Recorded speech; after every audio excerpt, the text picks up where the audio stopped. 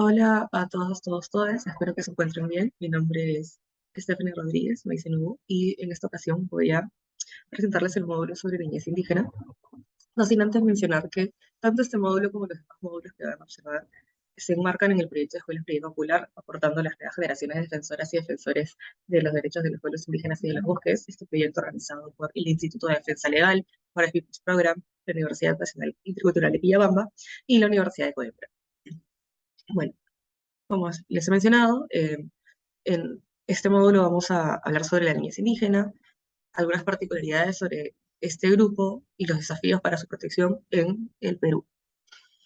Para, de una u otra forma, estructurar la presentación, en primer lugar voy a presentarles el concepto de la categoría de niñez, luego vamos a recordar, refrescar lo relacionado a indigenidad, también como concepto, como categoría, para después aterrizar a las situaciones que podemos identificar, las particularidades que podemos identificar de la niñez indígena en el Perú, particularidades de la región amazónica como de la región andina, y los desafíos que tenemos para la protección de este grupo, sobre todo en el marco del sistema universal de derechos humanos.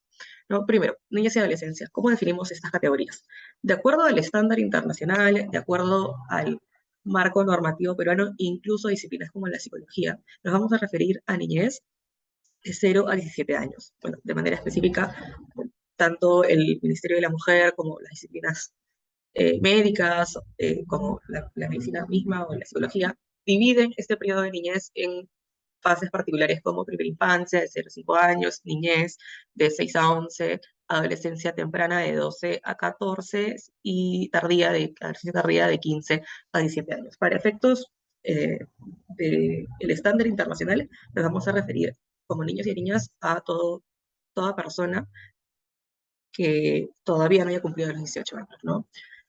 Y también es importante señalar que la categoría de adolescencia es una categoría nueva en sí misma, entonces sobre esto sí se ha desarrollado desde varias disciplinas, pero particulares específicas en su protección sobre adolescentes es algo muy reciente sobre lo que voy a profundizar un poco más adelante, ¿no? Sin embargo, a pesar de que existen todas estas definiciones, todos estos conceptos que los podemos pensar de distintos lados, hay que recordar que eh, la niñez como concepto no deja de ser una construcción social. Y algo que se atraviesa, algo que se entiende siempre que revisamos o estudiamos el concepto de niñez, es que se atraviesan situaciones de vulnerabilidad propias por la edad, ¿no? Ya sea por la necesidad de cuidado para la supervivencia, sino también porque en los distintos procesos históricos los niños y las niñas han sido, digamos, el último grupo en ser considerado, ¿no? Por ejemplo, me, me voy a, me voy a referir al Código Hammurabi, que es, digamos, la primera fuente normativa de la que se tiene escrita, de la que se tiene conocimiento, en donde la categoría de niños y niñas, bueno, y también incluso la de mujeres, es considerada como objetos, como incluso parte de propiedades, considerada como una propiedad misma, ¿no? Por ejemplo, si ven el artículo, bueno, el capítulo 117, se señala, ¿no? En mi caso que un hombre tenga unas deudas, se hace referencia al hijo o la hija como para que estas personas trabajen y puedan pagar la deuda como un objeto que va a ayudar a saldar la deuda de esta persona, ¿no? O incluso en la 119 dice, eh, si las deudas se apoderan de una persona y tiene que vender a un esclavo, obviamente me refiero a un contexto histórico en el que se perpetuaba la esclavitud, eh, el dueño de la persona que era esclavizada pagaba lo que se había prestado a este hombre para redimir al esclavo, ¿no? Eh, Varias referencias de este tipo se van a encontrar a lo largo del código, ¿no? Eh, esta desconsideración, digamos, de la niñez también es transversal hasta la fecha de ahora. Más adelante voy a comentarles un poco sobre esto. En la 137, por ejemplo, señalan, si una viuda, digamos, una viuda, una mujer ya en situación de vulnerabilidad a cargo del cuidado de hijos pequeños, quiere entrar a la casa de otros, si quiere volver a casar, no puede entrar sin permiso de los jueces, ¿no? Entonces, esto también se puede analizar de muchas formas, pero se atraviesa la falta de autonomía y la no consideración de sujetos de estos grupos. Sin embargo, me llamó la atención, no todo es negativo, ¿no? Se señala en la 190, si un hombre lleva a un niño para adoptarlo, ya no existía la figura de la adopción. Sin embargo, no se le trata como un hijo, este niño podrá volver a la casa, digamos, de su familia biológica, ¿no? Este tipo de enunciados, de alguna otra forma, nos da cuenta de la, la existencia previa incluso de estas ideas de cuidado propias de la familia, ¿no? De igual forma, el Código Justiniano, el Pater Familias, y hago referencia a estas fuentes porque en nuestro país y en toda la región de América Latina y el Caribe hay una tradición jurídica romana muy fuerte, ¿no? En el Código Justiniano se plantea esta idea del pater familias, ¿no? El padre, el hombre, que es líder de la familia, que tiene un poder cuasi absoluto de todos los demás y las demás miembros de la familia, ¿no? De tal forma que, nuevamente, se reitera esta idea de que los miembros de la familia, que no son el hombre, que es el líder, que es el pater, son una suerte de objetos de protección de esta persona, ¿no? Esto se reitera en este documento. Y me parece también pertinente mencionarlo porque hasta la fecha de hoy, por ejemplo, con la existencia de colectivos como Con mis hijos no te metas, que consideran el mismo enunciado, ¿no? Con mis hijos no te metas, como con mi propiedad no te metas, ¿no? Reiteran esta idea de los hijos y las hijas como propiedad del padre o de la madre, que es, digamos, el líder político de la unidad organizacional, que es la familia. Y también debo mencionar este tipo de dinámicas se reiteran en el contexto de, no sé si han escuchado el proyecto de ley que se aprobó de tenencia compartida obligatoria, ¿no? Esta pugna de poder sobre los padres, sobre la, la tenencia de los hijos y las hijas, que no debería de ser la tenencia, ¿no? Como yo tengo un objeto, ¿no? Sino del cuidado de los niños y las niñas, ¿no? Esa lógica es muy propia de la doctrina de la situación irregular que les voy a explicar en unos minutos. Sin embargo, también es importante señalar que esta idea de los niños y las niñas como objetos atraviesa muchas sociedades occidentales y no occidentales, y claramente también las sociedades indígenas. Es común escuchar cuando revisamos la historia de sacrificios humanos de niños y niñas en muchas sociedades indígenas, eh, y eso también nos da cuenta de una tradición de la consideración de estos grupos como objetos. Y también me parece importante mencionar cómo durante el proceso de colonización, la erradicación de la niñez indígena por lo que significaba, ¿no? Nuevas generaciones que mantengan viva una cultura, un pueblo, significaban una amenaza para ese proyecto colonizador, ¿no? Esto lo podemos observar de una manera muy preocupante, muy dolorosa, con todos estos casos de básicamente genocidios, matanzas sistémicas a niños y niñas indígenas en, en en todo el territorio, al menos el continental, y ejemplos de esto son los casos identificados en Canadá, que justamente se han identificado, ¿no? Estos restos fósiles de muchos niños y niñas indígenas en conventos, en escuelas, que se presumen tenían un carácter de educación, de formación, incluso religiosa, ¿no? Entonces, con este preámbulo, sí, lo que quiero es presentar cómo históricamente ha persistido esta idea de que los niños y las niñas y los adolescentes también son objetos de protección, ya sea de las personas adultas como del Estado, ¿no? Y que la consideración que se tenga de los niños y las niñas va a depender de lo que fueran a hacer cuando sean adultos. No habría que esperar a que cumplan la mayoría de edad para que tengan valor en sí mismos, en sí mismas, ¿no?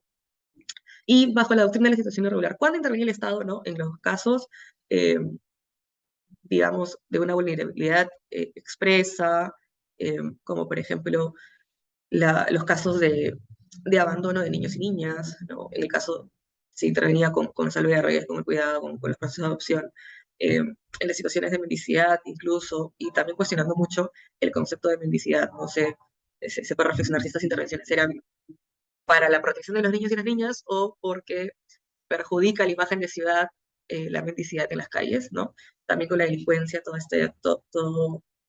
creación de centros juveniles, que básicamente son pequeñas cárceles para adolescentes. Y esta idea siempre de menores, ¿no? Los juzgados de menores, los procesos relacionados a los menores. La propia categoría de menor implica una consideración de que los niños y las niñas son menos, ¿no? Menor, menos. Es por eso que, digamos, por una apuesta en la protección de los derechos de los niños y las niñas, se busca, y yo también les pido, les recomiendo, les sugiero, ¿no? Que cuando se refieren a este grupo, digan expresamente niños, niñas, adolescentes, y si se quiere hacer referencia a una categoría, se puede hacer como no, de 0 a 17 años, sí, mayores, menores de 18, ¿no? Siempre refiriéndose a un número para entender que se está enmarcando en una categoría de números de edad y no que se le considere menos o más también, ¿no?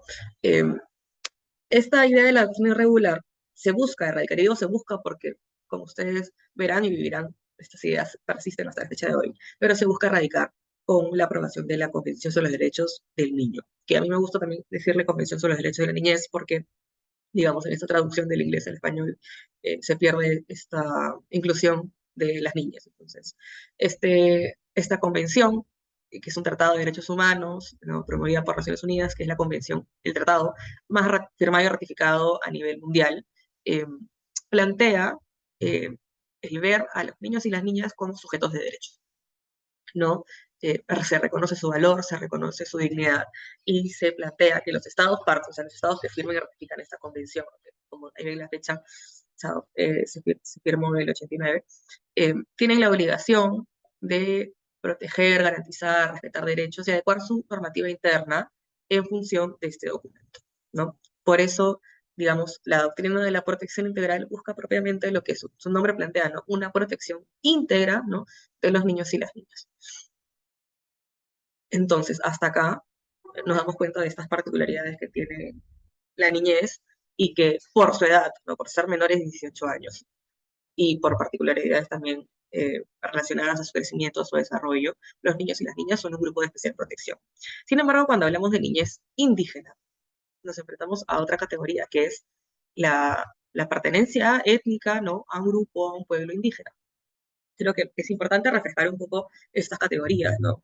La categoría indígena que también se construye eh, dentro del proceso de colonización en el cual aún nos hemos inmerso, ¿no?, que se refiere a es una característica de las personas, de los colectivos, de los grupos humanos, cuyas sociedades son previas al proceso de colonización, previas incluso a la constitución del Estado, ¿no?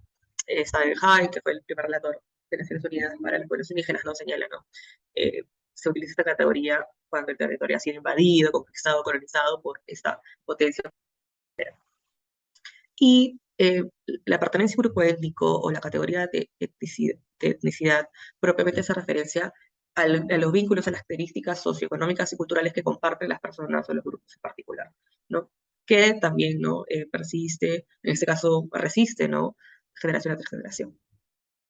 Entonces, los niños y las niñas se encuentran en una situación de especial protección y de vulnerabilidad, no solo por su edad, sino también al ser indígenas por pertenecer a un pueblo indígena. Un pueblo que también, así como en referencia a la categoría niñez existe la Convención sobre los Derechos de la Niñez, para la protección de los pueblos existe el Convenio 169 de la Organización Internacional de Trabajo para pueblos indígenas en países y tribales en países independientes, ¿no? Indígenas más relacionados al continente americano, la Via Yala, ¿no?, todo el territorio de América Latina y el Caribe, y tribales más referidos a las características de los pueblos en el África, aunque también en la zona caribeña existen muchos pueblos tribales. Este convenio que nos dice en el artículo 1, ¿no?, nos plantea criterios para poder identificar cuando un grupo humano, cuando un pueblo está al amparo de la protección de este convenio, ¿no? El criterio objetivo, ¿no?, es que existan o, bueno, o resistan, ¿no?, estas condiciones, estas características socioeconómicas culturales en la organización de este grupo humano, ¿no? Eh, ya sean costumbres relacionadas a la organización política, jurisdicción, ¿no? Como cuáles son las reglas que organizan eh, y rigen la convivencia en el pueblo, puede ser también la lengua, ¿no? Pueden ser también lo relacionado a la vestimenta, digamos, a la performación del cuerpo u otras formas. Esto lo pueden profundizar no solo las personas que se dedican a la antropología y la etnografía, sino las mismas personas que pertenecen a un pueblo pueden identificar cuáles son estas características que les distinguen de otros. Y esto también es sumamente importante, ¿no? Que estas personas, que estos grupos humanos, que estos pueblos desciendan de los pueblos, o sea, las generaciones que resisten a, a este territorio y que han existido en este territorio desde antes de la creación del Estado como lo conocemos. Es decir, el vínculo ancestral con el territorio que va más allá de la data de la creación del Estado, ¿no? Y esos son criterios objetivos que se pueden corroborar eh, con la historia, con documentos oficiales, con peritos ah, de la antropología, de la etnografía, etcétera. Pero también existe otro criterio, que es el criterio subjetivo, que quiere decir el entenderme yo como indígena o como eh, la pertenencia que puedo tener respecto de un pueblo. Eh, porque también hay muchos grupos humanos que no se sienten identificados o identificadas con la categoría de lo indígena, ¿no? La autoidentificación, como la podríamos conocer, el yo reconocerme, ¿no? Como miembro de un grupo humano que desciende de, de este pueblo, de esta cultura que ancestralmente existía en ese territorio. Es importante también referir que a pesar de que el convenio 169 se refiere a pueblos indígenas, las categorías de comunidades nativas, comunidades campesinas, hacen parte de lo que entendemos como pueblo indígena, ¿no? Entonces, con este preámbulo podemos identificar que tanto desde el derecho, eh, con las convenciones, con los tratados de derechos humanos que les he hecho referencia y otros documentos de Naciones Unidas o del Sistema Interamericano de Protección de Derechos, se ha hecho referencia a la niñez indígena, sobre todo a partir de la Convención sobre los Derechos de la Niñez del 89 y también de la 169 de la OIT, ambos del mismo año, justamente.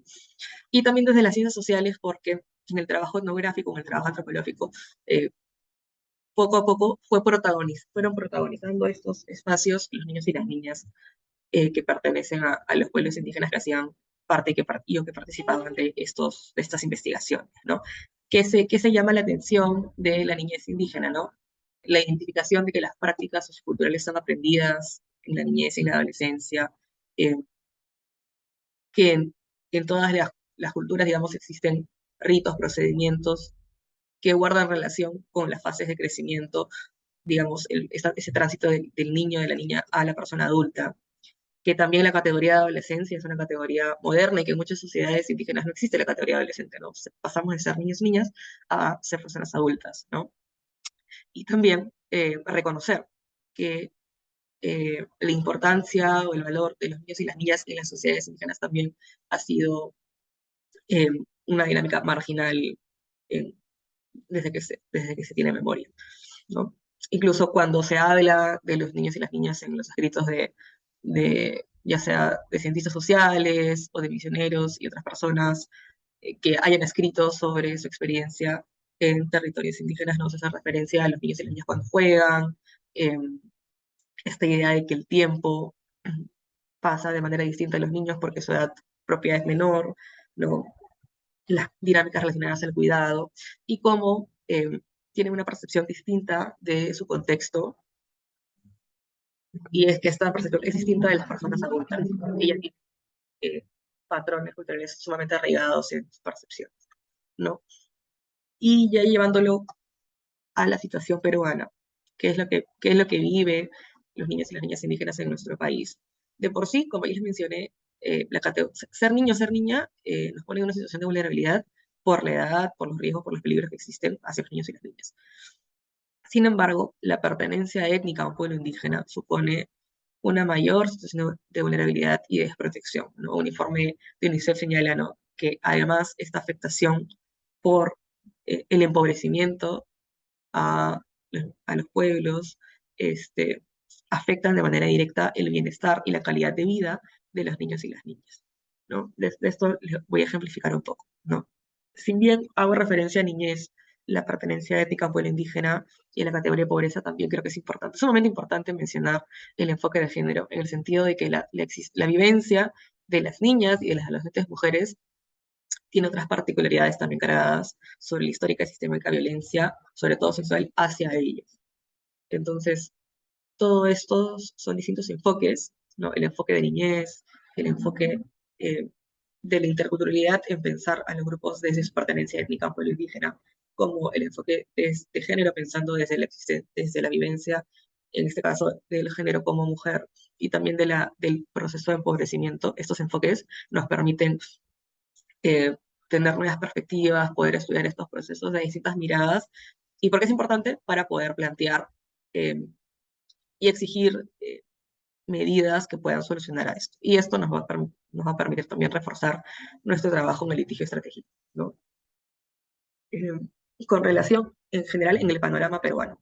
El Perú es un país eh, altamente conflictivo, y me estoy refiriendo a conflictos socioambientales y principalmente relacionados a procesos extractivos, minería, industrias hidrocarburíferas, entre otras. Y siempre pensamos, digamos, los conflictos desde, ya sea el canon minero, ya sea desde la represión de la protesta, desde las, la falta de diálogo. Sin embargo, ¿qué podemos advertir cuando miramos la conflictividad socioambiental tan alta en nuestro país desde un enfoque de niñez, ¿no? Primero nos damos cuenta que eh, las regiones o los departamentos donde persisten más conflictos son la región surandina y la región amazónica, ¿no? Entonces, territorialmente hay una relevancia en este tema. Segundo, podemos identificar y podemos conocer también por las noticias y por nuestra propia evidencia que los conflictos tienen una alta carga de militarización y de enfrentamientos con las fuerzas del orden, digamos, ¿no? Eh, y nos podemos pensar cómo afecta esto a los niños y a las niñas que pertenecen a los pueblos en nuestro país, ¿no? El solo hecho de enfrentamientos bélicos, de procesos de violencia, de la militarización de los territorios, podemos identificar un impacto socioemocional en la salud mental muy fuerte. ¿Por qué? Porque se está, digamos, amedrentando este derecho que tienen los niños y las niñas a vivir en un entorno libre de violencia, ¿no? Y esto incluso muchas veces afecta otros derechos como puede ser la continuidad y la obligación de la educación, ¿no? Cuando en, estos, en, en estos procesos de conflictos que también son de violencia y de represión de la protesta, se paralizan las continuidad de las actividades en los territorios y una de las principales actividades es la continuidad de las clases, ¿no? Eh, Sin embargo, además de lo relacionado meramente al conflicto, los procesos de cambio climático, de la contaminación del agua, del suelo, del aire, por estas actividades muchas veces formales, pero también muchas veces informales o ilegales, tienen una afectación directa e irreversible en la salud de los niños y las niñas, ¿no? Por ejemplo, durante la escuela conocimos la noticia del derrame de petróleo en Curillico, ¿no? Más en la contaminación del agua, todo, y tiene una inmediata, por el derrame de petróleo, ¿no? Tiene una grave afectación a la seguridad alimentaria, a la salud en el sentido del no acceso al agua, en el sentido de la imposibilitación, la no posibilidad de poder pescar y, digamos, continuar con una alimentación adecuada hacia los niños y las niñas. Todo esto, sobre todo en los niños que se encuentran en una etapa de crecimiento, tienen una afectación irreversible en su salud física, ¿no? La anemia, la desnutrición crónica, la contaminación por metales pesados son características que se identifican en la salud de los niños, sobre todo en la Amazonía y en las zonas mineras hidrocarburíferas, ¿no? Llama la atención también que particularmente en la Amazonía se cuentan con altas cifras de anemia y de desnutrición crónica y diarrea en niños y niñas. ¿Por qué hago referencia también a la Amazonía, ¿no? Porque es muy pertinente eh, mirar la situación en la Amazonía, porque prácticamente la mitad o más de la población amazónica son niños, niñas y adolescentes, ¿no? Eh, Además, no lo había mencionado, pero ya que estamos en este slide, eh, de acuerdo al último censo nacional donde se incluyó la pregunta de autoidentificación, se identificó que aproximadamente un cuarto de la población se identifica ya sea como quechua, como aymara o persona nativa de la Amazonía, ¿no? Esto es importante porque nos brinda cifras, tener cifras también es importante, para poder exigirle al Estado la implementación de medidas oportunas y con consulta para atender a estas problemáticas, ¿no? Eh, Sobre la categoría de pobreza ya he hablado brevemente, creo que podría profundizar un poco en el sentido de que son los procesos de interacción de las sociedades indígenas con las sociedades occidentales en que se empobrecen a las sociedades indígenas. Y un ejemplo claro son las externalidades y todos los efectos negativos que tiene el impacto de la industria en sus territorios, ¿no? Cuando les mencioné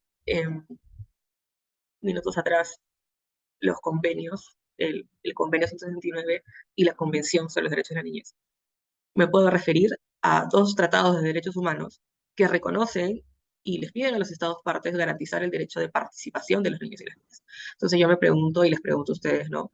¿En cuántos procesos de consulta hemos podido participar o hemos podido observar tal vez?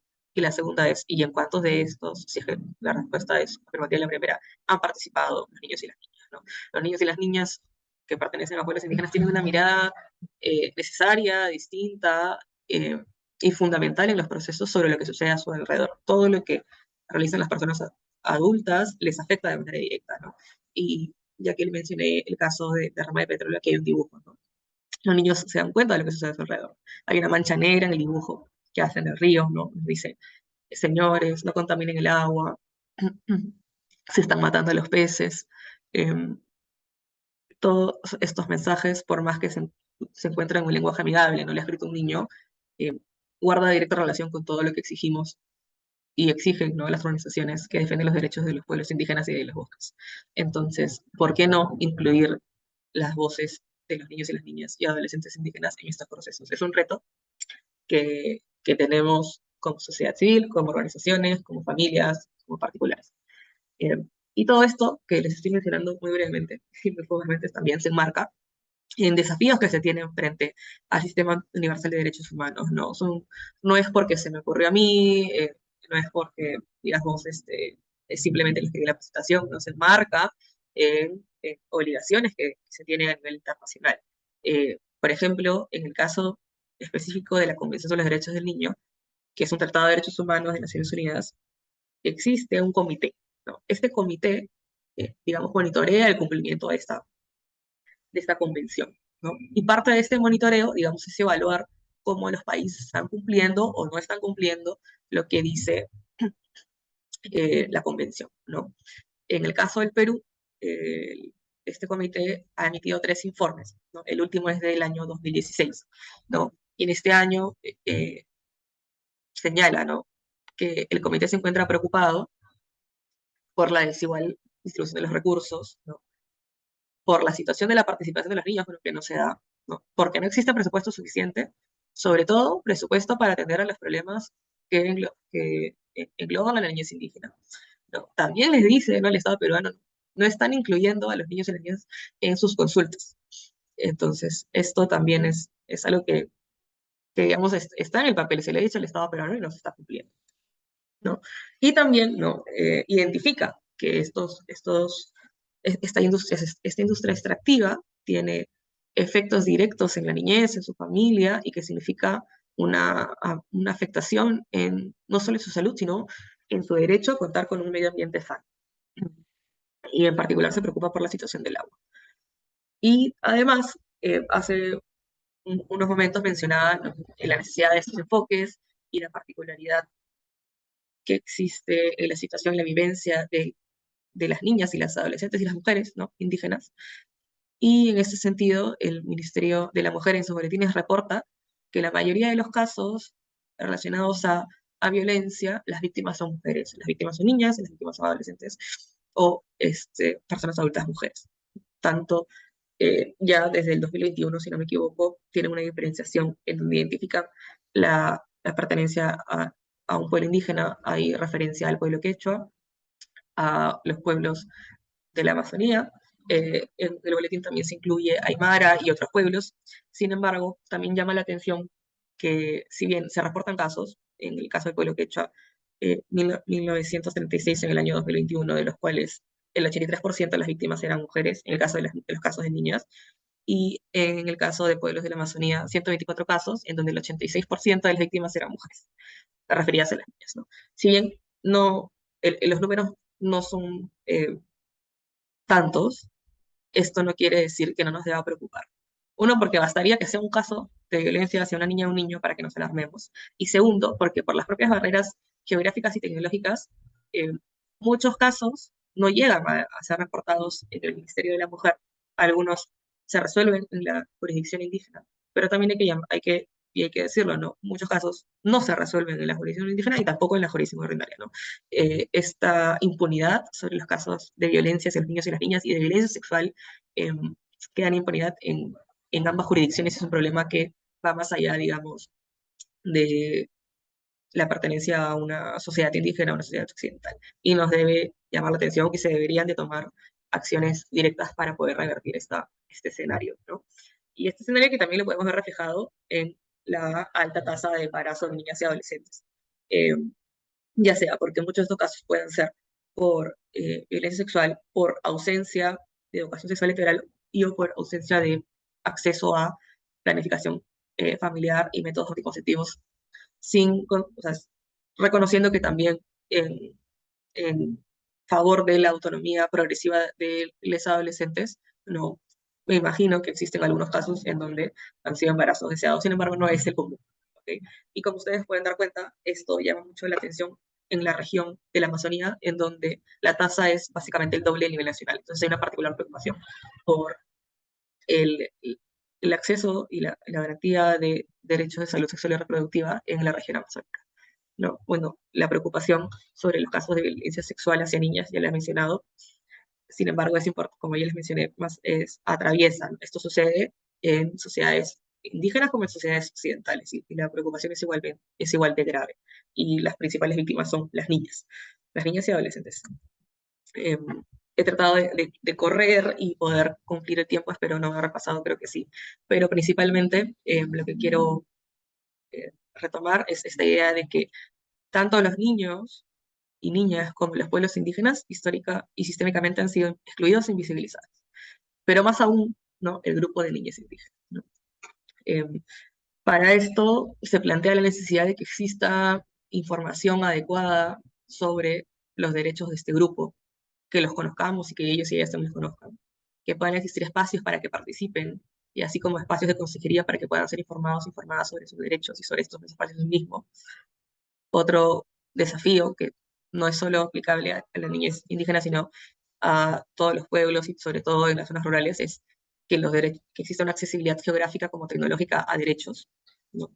En donde corresponda también servicios en lenguas originarias, y esto me refiero a no solo intérpretes y traductores, sino documentos, información en los idiomas originarios en los territorios donde predominen, la necesidad de que exista, porque realmente no existe, diálogos interculturales en salud y educación, pero también para la resolución de los conflictos que, como ya les he mencionado, afectan de manera directa a las niñas indígenas. Y dado que estamos hablando de un grupo de niños y niñas dentro de todo, digamos, el imperativo de utilizar un lenguaje amigable, sobre todo de las personas como nosotros, que nos embarcamos en un mundo jurídico, solemos utilizar lenguaje que a veces ni nuestros padres nos pueden comprender. Entonces existe esta responsabilidad de poder utilizar un lenguaje amigable, palabras entendibles para que los niños y las niñas puedan comprender qué es lo que estamos exigiendo sobre lo que se está litigando, sobre lo que se está decidiendo, ¿no? Y sin embargo, no puede quedar fuera el lugar la necesidad de que desde el Estado el personal esté capacitado. Me refiero a personal en salud, personal en educación, y las municipalidades, en todos los espacios en donde pueden interactuar con niños y niñas, ¿no? Y finalmente, lo que les he mencionado ya más de una vez hasta este momento, la necesidad de contar con cifras, con data estadística, que pueda reflejar las problemáticas que atraviesan los niños y las niñas indígenas, con el objetivo de que se puedan desarrollar medidas y políticas públicas para garantizar el cumplimiento de sus derechos, ¿no? Esta presentación se las voy a compartir, también les voy a compartir bibliografías sobre el tema. Espero que hayan podido escuchar hasta acá y les agradezco su atención. Por mí será hasta una próxima ocasión. Que tengan muy buen día.